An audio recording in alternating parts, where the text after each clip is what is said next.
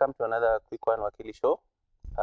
Today we have the pleasure of being joined by a veteran advocate who has worked in so many sectors of our discipline.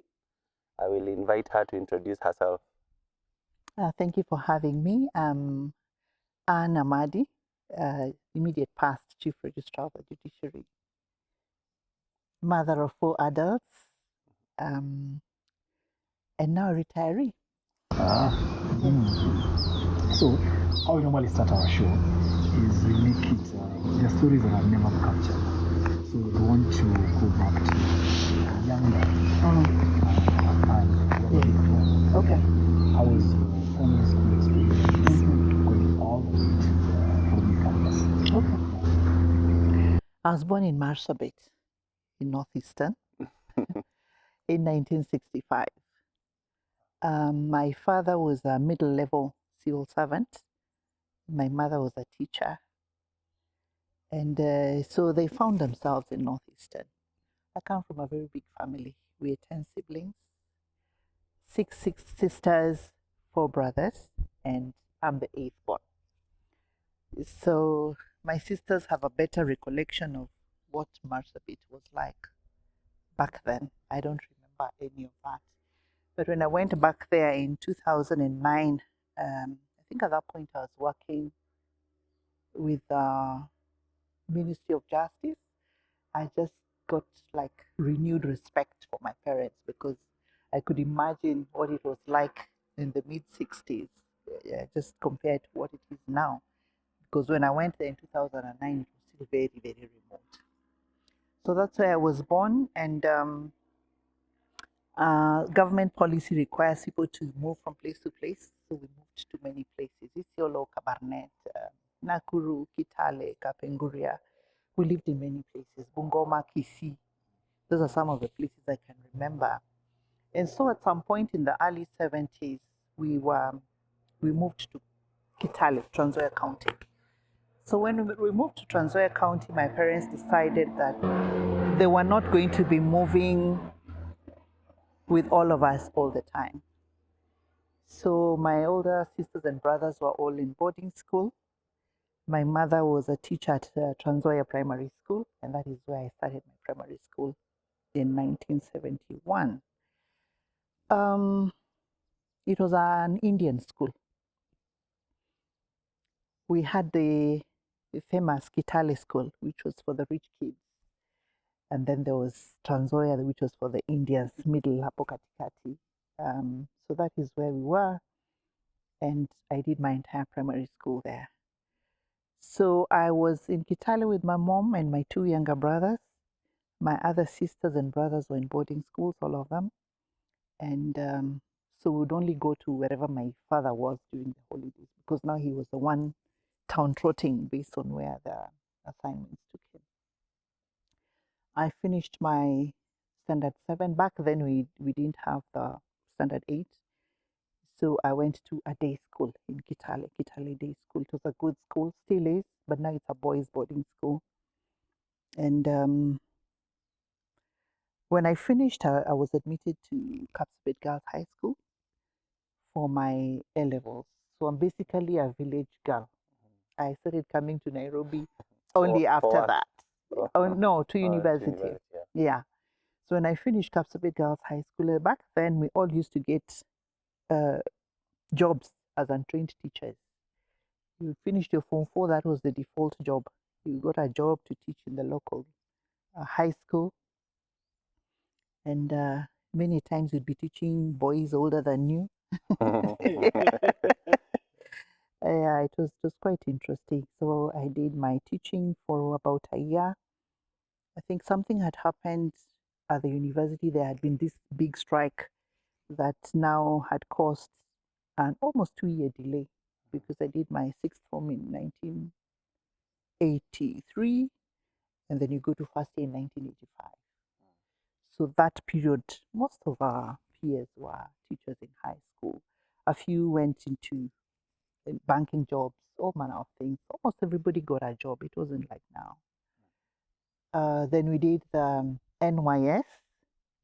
I think we were the second group to go into that program.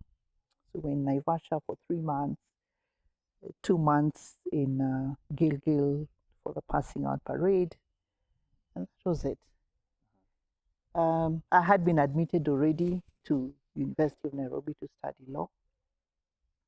Back then, we only had the University of Nairobi. We didn't have this many schools that we have now. So it was very restrictive. We had to get the cut-off mark. If you didn't get the cut-off mark, most of our peers whose parents could afford to take them to India, that is where a lot of people went back then if you did make the cut-off. So that is how I ended up at the University of Nairobi to study law. And that is where my journey began. Yes. I have a follow-up question. Having experienced NYS, do you think it has a bearing on your outlook towards life? Do you think it molded you to be some ethos were impacted, or was it a complete waste of time? I think we learned something. I liked the fact that when we got into first year, you knew all the first years. Almost practically knew everybody, especially the ladies, because you were in the same school, and then a few people that you met during the final days at Gilgil before the pass out parade. So we had a bond, and we had a lot of respect for each other, and we were like family really. And most of the relationships that we created back then have remained to date, which is a good thing. It gave us a lot of discipline. There are certain things that I learned in NYS that I do up to now. For example, I didn't know that if you're tying your belt, it has to face this way. I would just tie it anyway. But from that time, it's something that I'm now not able to. I can't do it the wrong way around. Yeah. It's something that's stuck. So other than the bonds, I think that we probably got it wrong as a nation, because most of it was fitness, food drills, a few skills like firefighting, first aid, which could be useful. Yeah. But I thought that that time and the resources could have been used better. Maybe if we were engaged to do something that is lasting. That was largely lacking. Let's talk about KSL. I'm assuming you went to school where dental school is now. We've interviewed a lot of people who went there, and they told us how you were able to integrate both, maybe work and school, because you used to be dropped to town, sick, and all that. Yes. Did you integrate school with anything, or you just did school? And were you guys paid to learn? Oh, we were. We were. And I was a non-resident. And so we got double what the residents got, 1,000 shillings. And then your people master was giving you another 1,000 or 1,500, also giving between 1,000 and 2,000. And it was a lot of money, because what I needed to do for my monthly shopping was like 400 shillings. And you'd come from Uchumi with 2 bags, almost breaking you. It was very different. There was a bus to pick us up from Kencom and back. And so, yes, we were able to, because we were doing School of Law and going for the pupilage at the same time. I started my pupilage in Kitale. But later on, I moved to Nairobi, and I was with Orengo for a short while. Then I moved and finished off at, what's his name? Justice Hayanga and Company Advocates. That is where I finished my pupilage. So it was a whole different experience from what I observe now, just in terms of how the kind of attention we got from the principal of the school. He knew everyone. We were very few, mostly from the University of Nairobi, so you knew everybody. And then we had a few people from, outside of the country.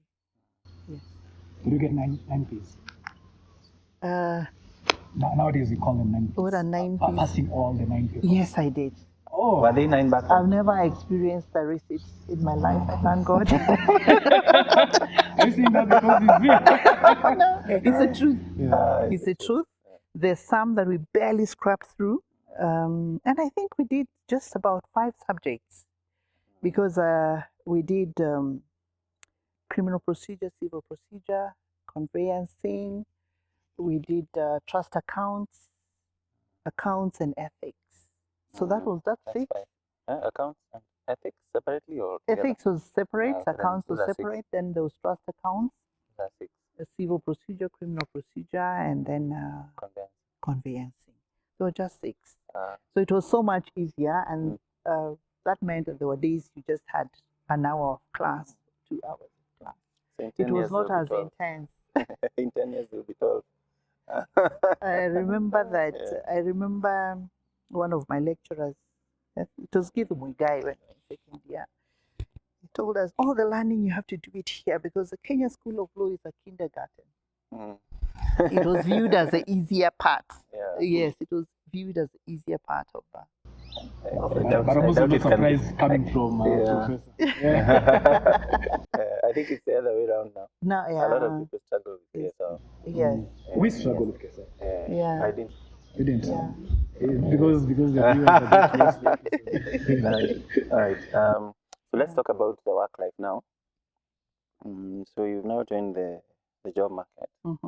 I have had there's a spectrum of jobs and sectors that you went into. You can just take us through them, and then Mutua will pick up any question he has from that. Okay. Yeah. Do you remember who admitted you? The Chief Justice? Yes, it was Chief Justice Hancock's. Yes. And we were just like 20 something of us. So it was a half an hour thing. Yes. Okay. So back then there were a lot of jobs. You left the School of Law and you were spoiled for choice. So my first job was at Office of the Attorney General. I was a state counsel in civil litigation. So civil litigation, basically you're representing government in all the civil matters that come up. And I had a very short stint there. I left out of frustration and also partly because what I really wanted to do was to be on the bench. But the bench jobs came later on. So when I joined the Attorney General's office, you'd get all these briefs, which involved going to different ministries just to try and get instructions from the people involved, the people who understood the cases. And many times you'd never find any witness. You'd be told, oh, this one was here, Embu, we don't know where he went. We didn't have mobile phones then. Most of the times the phones were not even working in the office. Or you go through the exchange, you're asking for somebody, and you just kept holding until it goes off. So it was very difficult to litigate on behalf of the state. So after 3 months, the judiciary had opportunities in the magistracy, and that's how I left. I didn't even resign. I left very unprofessionally. I even got a demand letter from the Attorney General asking me to pay 11,000 shillings, which was 2 months' salary in lieu of loud notice or something like that. Which I ignored and no one followed up, so I still have a debt there. With interest. That's a lot of interest. Yeah, so I was called to an interview at the judiciary. It was very easy. We didn't need a CV like we do now. It's just a form you got and you filled it up, and I appeared before, I think, 3 commissioners of the JAC. I only remember Justice Joyce Alwatch, who was one of the members of the panel. And they asked me where I wanted to go, and I picked Kisumu, and that was the end of the interview. And in a few days, I got a letter sending me to Kisumu. But before that, before I went to the judiciary, I had taken leave from the AG's office for just after my first 3 months. I took a few days leave, and I got a job with the Robson Harris and Company Advocates. I think the firm is still there. And Justice Emukule Emeritus was the lead partner at that point. So I worked there for a while before I actually went to the judiciary. So within a very short time, I had 3 jobs. And by the time I went to work with Robson Harris, I had been offered a job by Wetangula and Company Advocates. So I had 2 letters at the same time, and I was saying, "Sasa niende here, man, niende here." I'm looking at the salary; they're the same. I think I just thought this name sounds better, probably. Yeah, so I had a short stint with the AG, a short one in private practice, and then I went to the bench. So at the bench, I served in Kisumu, and I served in Mombasa as well. So after 7 years on the bench, I then left and went to private practice. I opened my own law firm in Mombasa. The reason I did that is that I had a young family then, and having been in Mombasa for like 4 years, it was time now to move. And I wasn't seeing how I was going to start moving schools, doing this and that. And that is how I set up my office, my private office in Mombasa. I did all manner of cases, civil, criminal, I did conveyancing. But it turned out that I was also a member of FIDA then, and FIDA was just sending me all their Mombasa matters. All their Mombasa matters were coming to me. The women actually thought my office was a FIDA office. I was doing a lot of pro bono work for FIDA. So when they decided that they wanted to open a branch in Coast, I was kind of the natural choice. Although I had to go through an application and an interview process. Coincidentally, Chief Justice Martha Koome was the chair then, and she's the one who interviewed me, and I was selected to go and set up the FIDA Kenya Coast branch. That is how now I moved from private practice to civil society, the civil society space. I was there 2003, 2004. 2005, an opportunity presented itself for the position of Deputy Executive Director, FIDA Kenya. That's how I moved to Nairobi. I had been in Mombasa for 11 years. So that is how I moved to Nairobi, and I did FIDA work 2005 to 2008. Then we had the post-election thing. I was doing a lot of transitional justice work. Remember, there's a lot of internal displacement, there's a lot of chaos, and we're doing a lot of work around that. So during that period, we had the Ministry of Justice had decided they wanted to start a legal aid program that is government funded. Because remember, up to that point, we really had the feeders, the crew, Credo, all those NGOs doing legal aid work. So at that point, Honorable Martha Karua was Minister for Justice, National Cohesion and Constitutional Affairs.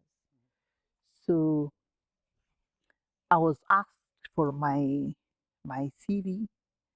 I presented it, and I didn't have to go through any process.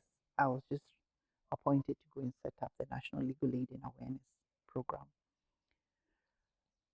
That's how I left FIDA. I was happy to set up this program because it was almost a natural space for me, having been involved in legal aid work for so long. So I joined the Ministry of Justice, and we were working with 6 pilot projects across the country. We had one in Eldoret, which was being run by the Moi University Law School. We had one in Nakuru for children. It was being run by the Rift Valley Law Society. Then we had one in Mombasa by Clear. Clear is a Christian lawyers. It's a Christian lawyers outfit. So we had that in Mombasa. Then we had 3 in Nairobi, one with FIDA, and there were 2 others, Clan, and I don't remember the 6th one. So I did that for 3 years. And the idea was to look at what all these different agencies were doing in terms of helping indigent litigants, so that then, based on that experience, we could now formulate a policy for national legal aid. And I'm glad that I had that opportunity, because the groundwork that we did in terms of developing the policy, in terms of developing the legislative framework, is what has led to what we now have as the National Legal Aid. And last, what is that? National Legal Aid Services, yeah? Yes. Yeah. So after my 3-year stint setting up that, when my term ended, I did not ask for a renewal, because I was a little frustrated. I wasn't feeling as if we were really serious about having a national legal aid scheme, because you can't pilot for so long. I felt like after the 3 years, yeah, we need to move to but I wasn't seeing that coming. Remember, that was 2011, and I think we only got it around 2020 or around there. It took many years to get there. So that's how I left and went back now to, I decided I'll rest for 3 months and then see what to do next. But the day I left that office, and I sent an email to everybody saying, thank you so much for your support. I'll be leaving from today. That's the same day I got my first consultancy job. So I thought, okay, I'll finish this and then I'll take a break. And they didn't stop coming. So I thought I'd just work from home and keep doing what I'm doing. But the work kept increasing, and that's how I set up my office at Cabernet Road, where I was doing consultancy work. Within no time, I had like 4 people helping me. I had some students interning with me, and it was very fulfilling, very satisfying, just doing work with all manner of agencies, national agencies, international agencies, local CBOs, international NGOs. It was quite challenging, very, very fulfilling. And I thought that I would have a lot of time in my hands, which was not the case. It was more full-time than any full-time job I've ever had. So while at my practice, things happen in the judiciary, most of which are in the public domain. And a friend of mine who's now a judge of appeal asks me to apply, and I said I cannot. This is not for me. Number one, I don't know what a CRJ does. Number two, there's too much noise. And number three, I'm happy where I am. And she pushed me and she pushed me. So I didn't apply for that job because I wanted to apply for the job. I applied so that she could leave me alone.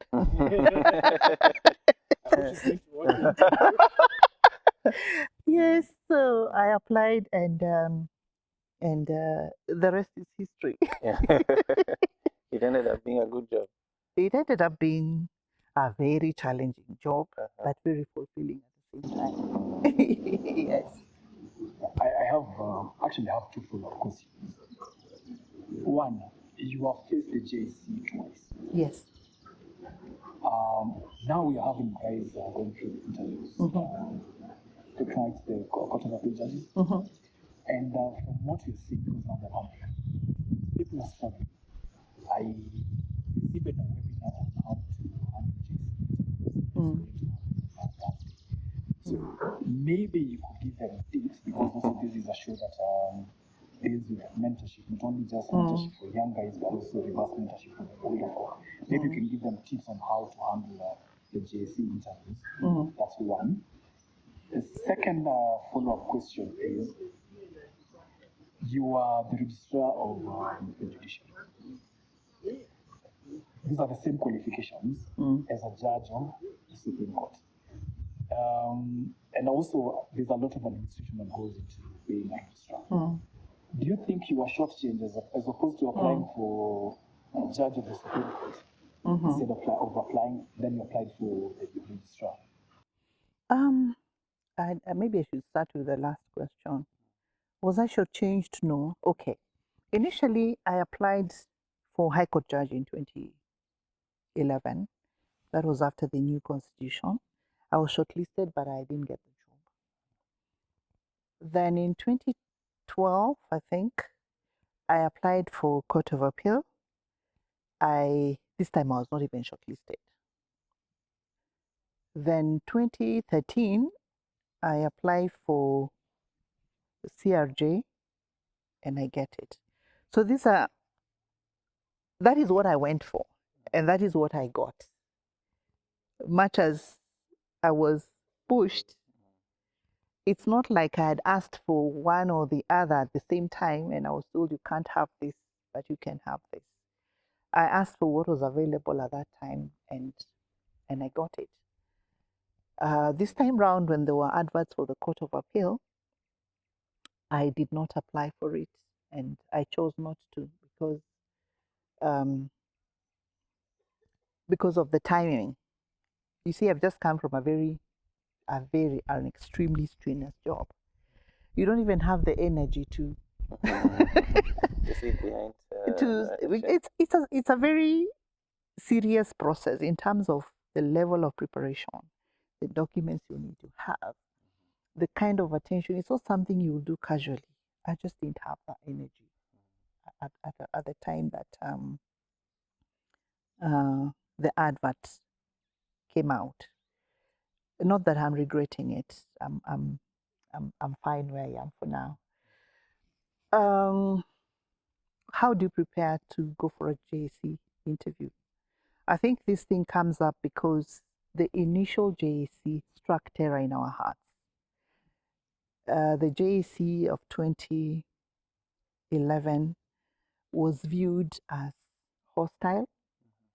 It was viewed as unfair.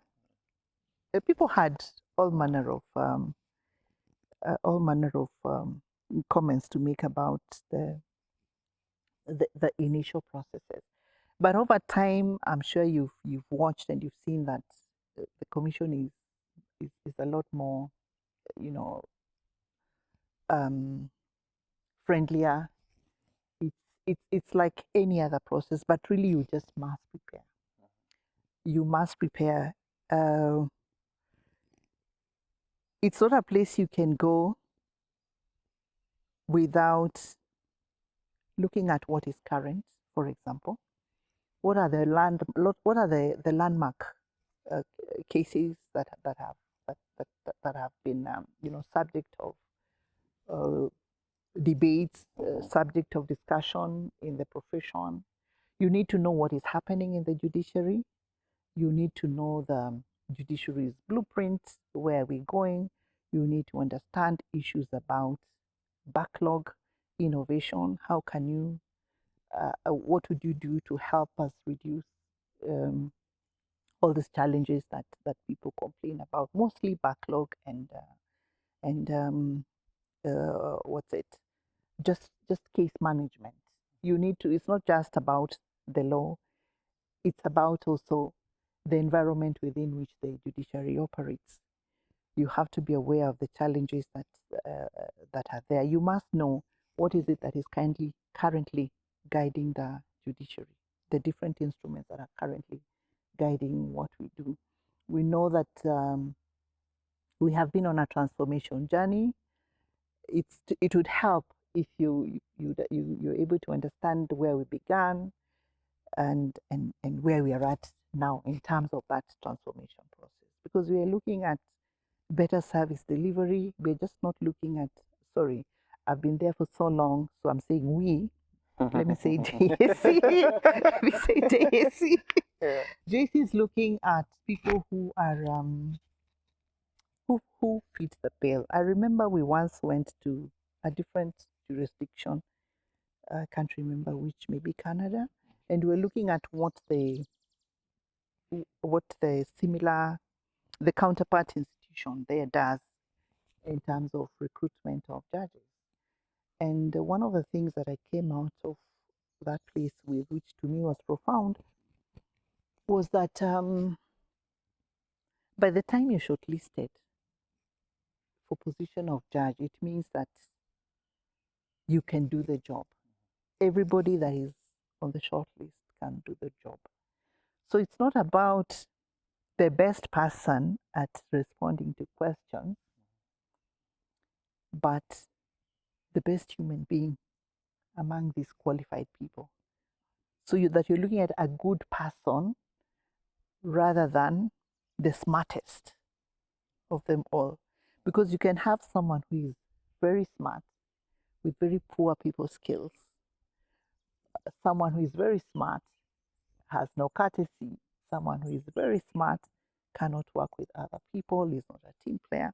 So you're looking at a good person because all these people are qualified.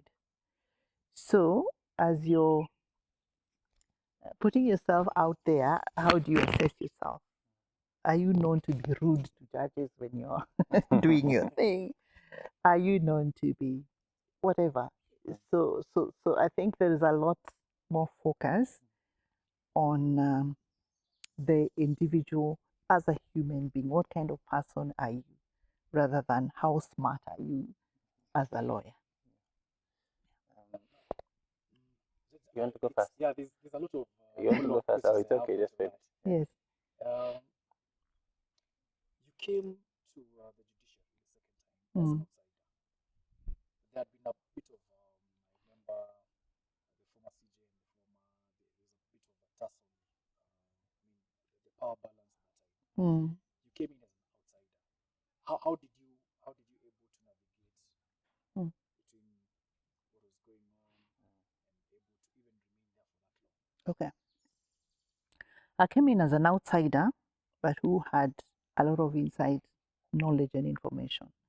Remember, I'd served as a magistrate for 7 years, so I understood the culture of the institution. I came in as an outsider, but willing to understand, to learn, and know what exactly is going on, because I couldn't come in from the position that I already know. So I needed to find out what is going on, where are we at, what is it that makes the judiciary tick at this point in time. What is the thinking of the commission? What is the thinking of the Chief Justice? What is the thinking of the judges, magistrates, the directors, registrars? And so I was very intentional in terms of just finding out where everybody was at. So I had individual meetings with a lot of people within the institution, and I also had a lot of engagements with these various bodies, JEC, the management team, the judges, whoever. Having done that, I was very intentional about calming the institution down, because there was a lot of anxiety. So just being available to listen and to see what is it that is possible to do within the resources that we have, within the environment that we are operating, and trying to align with the expectations that I could figure out from these various engagements. There was a whole list of things that the JAC, for example, wanted done. I found that they had done, there was an audit of the institution that had been done.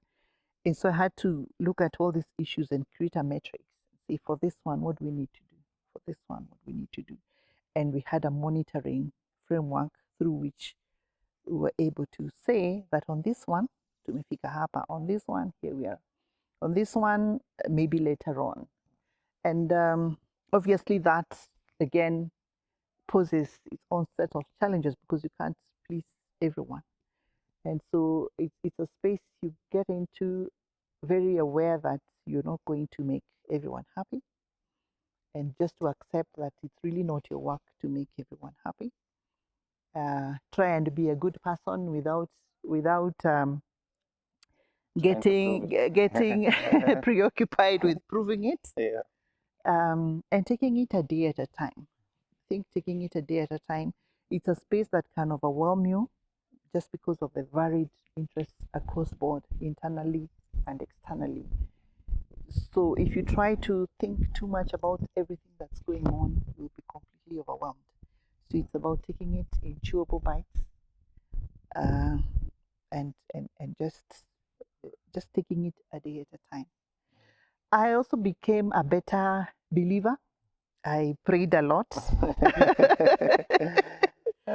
because some of these things you needed divine intervention because every day there is something. Yeah. And you don't know where the next one is going to come from. Today it's internal, tomorrow it's external, the other day it's from parliament, then it's from the executive, then it's from a different source. Yeah. It also took being very alert, having your ears on the ground, just knowing what is going on, because the formal work is not difficult. The job is not difficult. You're an accounting officer and you're an administrator, and you have teams to support you, very professional teams, to do both sides of the roles, the administrative and the accounting roles. So you know the steps, because government is very what's the word? It's very structured. Everything is very highly regulated, and it's about following those things. So those are easy.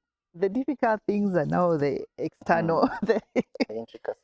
the intricacies, and that is where you have to be to tread very carefully.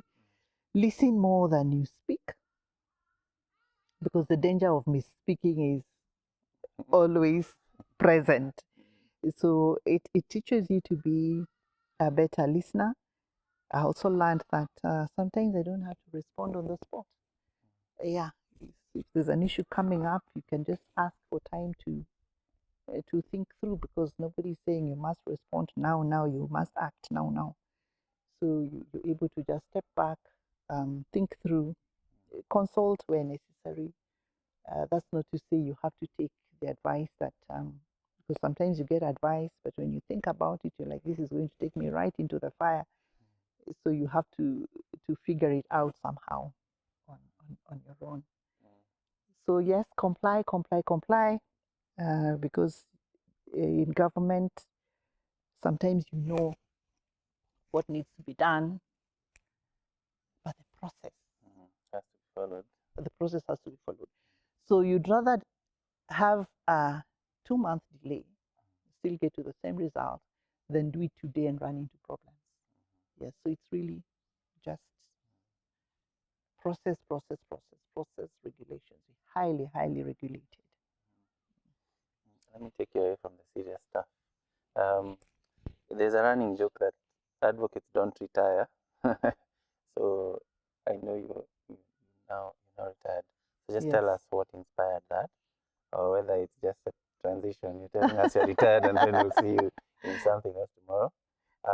But also, you've transitioned from so many spheres of practice. Yeah. Which one was your most trying in terms of new skills, and how have you managed to always make sure that you feel there's a skill you need, you go for it? Oh, this one definitely. Chief Registrar, definitely.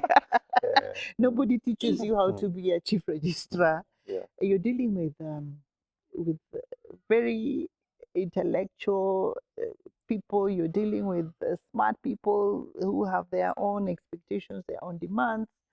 You're dealing with money, huge sums of money at any given time. You are dealing with politics at any given time. Nobody teaches you any of that. But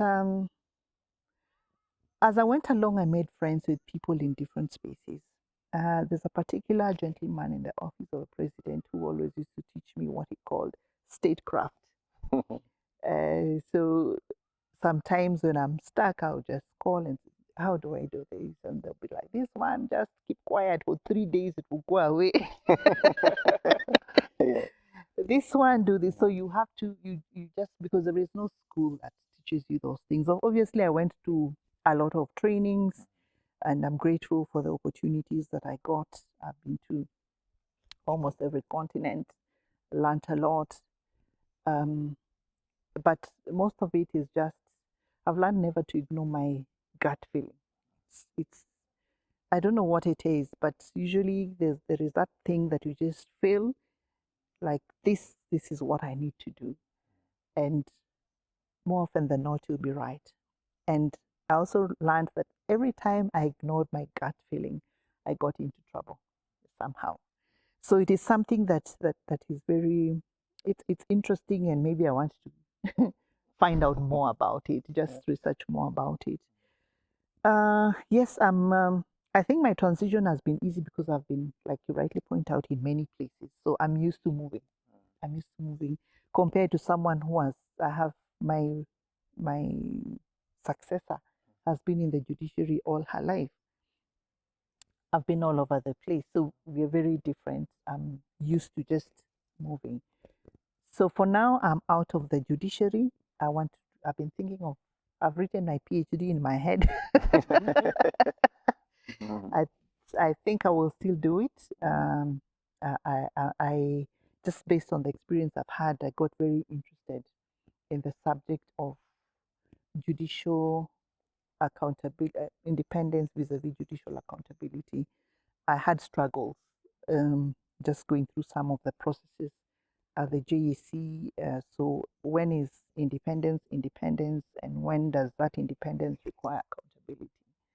So that is an area I've been thinking about. I've had a discussion with one of the professors, and because writing is also very moody, the day the mood will come, then I will move it to the next level.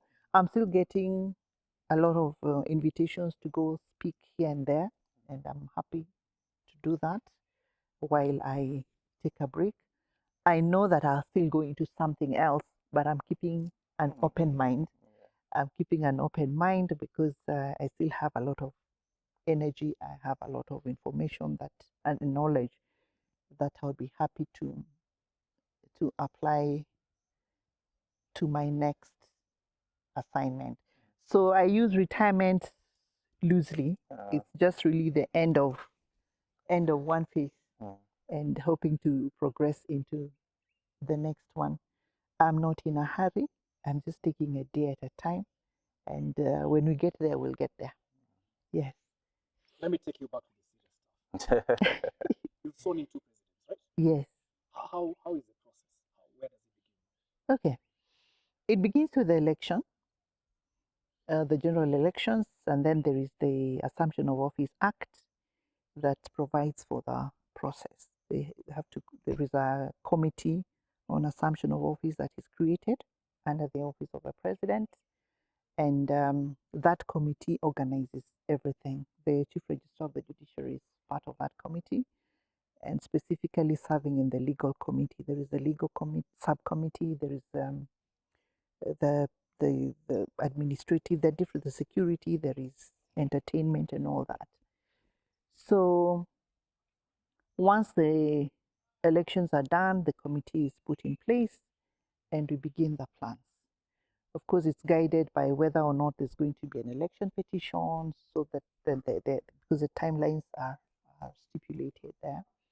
And as judiciary, we also have our own committee that does the organization of the judicial part, because there is a court part in this process, and that's where I come in. So that's where it starts briefly, in a nutshell.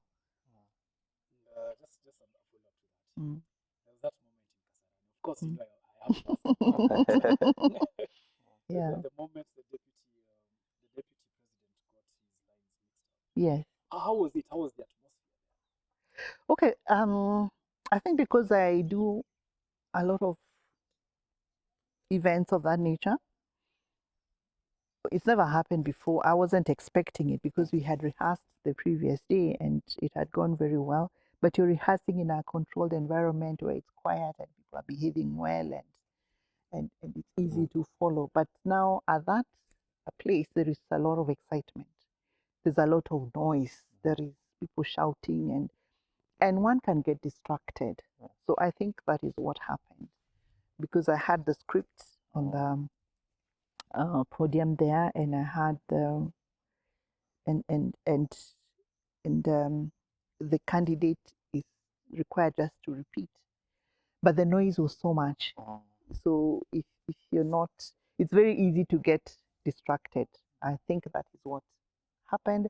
At some point, I thought that I had placed the wrong script, but when I looked, it was the correct one. So I think it was just the distraction in the arena that caused that to happen. So because I've not gone through that before, I remember Mutula Kilonzo, who taught us professional ethics at the Kenya School of Law, the late Honorable Mutula Kilonzo. He kept telling us, as a lawyer, you must think on your feet. You must know what to say at the right time and not look like you're fazed by. So, yeah, so I had to quickly think and just say, okay, fine, let's try again. Yes, that's how it was. In your opinion, how independent do you think the judiciary is? And now you're not part of it. Yeah, both as an insider. I don't think know, that but it you is have the experience of independent. being I think both the inside and judiciary is outside. largely independent, both as an institution, and there's also a high level of judicial independence. However, there have been allegations of lack of independence, again, just based on what I also see at the commission, the kind of complaints that come, the kind of complaints that we have processed in the commission. There's a lot of a lot of people. Maybe that's not the right way to put it. There are people who think their cases were not decided independently, and they feel that maybe the judge was influenced by something or the magistrate was influenced by something. And so really it's most of it is perception, but largely I just want to believe that the judiciary is independent both at decisional level and at institutional level. So, done quite a lot. You've moved from places to places. Changed different places. Do you think having stayed that long has had an impact on probably on children? Like, are there children who became lawyers because led them towards a certain direction, or did you push them towards a certain direction? I have my firstborn who's a lawyer as well, and I thought he was going to be a doctor. So I don't know what happened. I never pushed them to do anything because I believe that people should do what they want to do. I think people thrive when they're allowed to do what they want to do. I myself probably would not have been a lawyer. Okay, I had my firstborn sister, my elder sister was a lawyer as well. She's now deceased.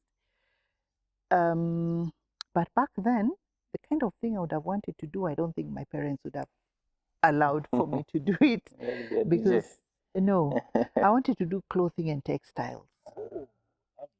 Yes, but they were not the kind of parents you'd tell you want to do something like that. They'd be like, "You want to be a tailor? We've taken you to school to be." So I still feel like I missed my calling, and I did law because first of all I was very inspired by my sister, not because by the time I was feeling that I'm going to do law, when she was picked to do law, I must have been in standard 7 or something like that, and it was a big deal. There was a party, goats died and all that. So I said, this must be a very good thing. Yeah. Not that I knew really at that stage, but I admired her a lot and the things she was able to do and how she was living. I admired her a lot. So that pushed me to that. And I got the points, I got the admission. But deep down, I think I would have been happy just to Cherehani and Kitenge. I think so. I really think so. And I can still go back there. Yeah, you can. I still can, isn't it? You're done with the Hey. career your parents wanted you to. when I say excel that and I say that to my friends, they laugh. Yeah. But yeah, I think there's something something there. There's yeah, something there. yeah. Because I remember I would even stitch like my own clothes without a cherahani, with a needle, the whole thing, and yeah. So I have one lawyer. I have a psychologist, counseling psychologist. I have someone who went into hospitality and IT. So yeah, but free will. A quota is enough. A quota is enough.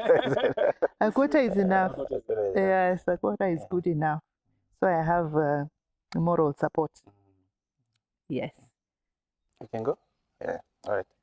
So I want to ask a question about mentorship. Of course, you've been in the career for more than 30 years. Yes. I'm sure there are people who have come into your life. Some of them have left. Some of them maybe still are in the profession. How have you managed to impact in the lives of younger lawyers and maybe even older ones, given your line of work? And also, there are people who claim that lawyers, especially those who go to court, drink a lot and abuse drugs. Yes. Have you had a policy in the judiciary where you take care of mental health issues with your professionals? Yeah, indeed, it's true that the drinking, drug abuse problem is there, even in the judiciary. And much as I left the judiciary without an approved policy on mental health, but it is covered under the judiciary's medical scheme, so that it's treated as a medical. It's a medical condition. It's curative more than preventative. Yes. Yeah. And I think from 3 years ago, we created a unit within the HR directorate to help people with mental health issues, drug addiction, abuse issues. So the judiciary is now more deliberate. I know that we've had situations where a few judicial officers have been let go because of that problem, but not on the basis that you are not able to. Okay, what happens is that when a staff or a judicial officer has a condition like that, then they're supported to go through rehab. They're supported to go through rehab. But again, when the relapse happens, you have another chance and another chance. But it gets to a point where now the commission has to take a decision whether this person can continue to serve. And we've had a few unfortunate situations where a separation has had to happen because of that, even at the High Court level. Not so much, it wasn't an addiction issue, but a mental health issue.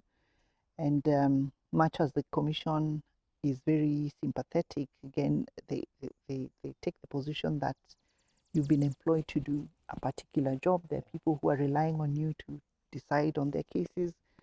And if you're not able to deliver, then it's also not fair to the public that is relying on you to deliver justice. It's not, again, it's from the investment point of view, the investment is so high. And if the output is so low, then it's usually a difficult decision to make, but it has been made. And separations have had to happen. Let's go back to the now not so serious stuff. Now, what do you do for fun? I do a lot for fun. Not so much. Okay, I host a lot. I host a lot. But there's one thing I do every month, which I cannot miss unless I am in the ward. Chama. It is not a normal run-of-the-mill chama. It's a chama that we started when we were at the Kenya School of Law. That's how many years ago? From 1989 until now. So it's, that should be 35 years. Exactly. So it's family. It's family. Our children have grown up together, and we still meet every month. And we've traveled the world and done this and that. So I love that. That is my highlight of every month. But I also do a bit of peasant farming. Yeah, in the village. I spend a lot of time in the village since I finished my term. And also just looking after family interests. Yes. I'm now available to do that, including cooking for them. I bake very good cakes, by the way. Yes, if Brian had told me 3 days earlier, I would have. Make one. We can still celebrate it in our next show. Yeah. Are you expecting memos? Yes. Yes. Yes. There's a question you didn't mention. You didn't answer. The one on mentorship. It was a two-pronged question. Oh, yes. First on mental health and then mentorship. Yes, I've mentored a lot of young people right from high school. Some are organized formal, like the leadership of the county sets up a program, and I've been actively participating, especially in Homa Bay County, which is our home. But I also have a lot of informal mentorship that I do with all manner of young people. Some colleagues, former colleagues in the judiciary, some lawyers out there. I have a group of lawyers, young lawyers, who've come up with an outfit that they do moot court and all that. And they made me their patron. So that is one of the formal ones that we have. But I have a lot of young people that I guide. I kept an open door policy for anybody who wanted to see me, if I was available, just guiding them through what's required in the profession. We've admitted, I think for the period I was there, I admitted close to 5,000 young lawyers.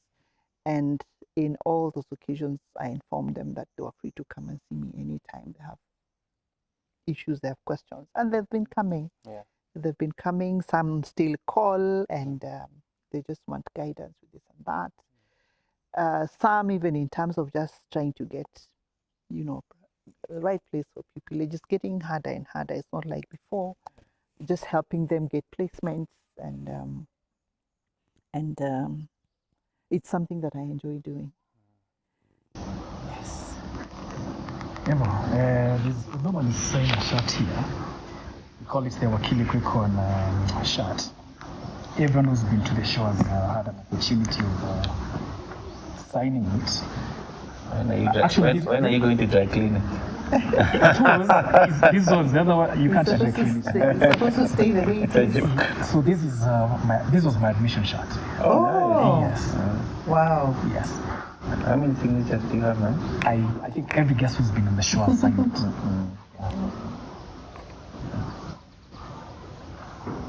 That's the one in your practicing certificate. Oh! But you don't say. At least up to the one for 2023. Now, I want you to look at that camera and say, Wakili Kwikon. Wakili Kwikon.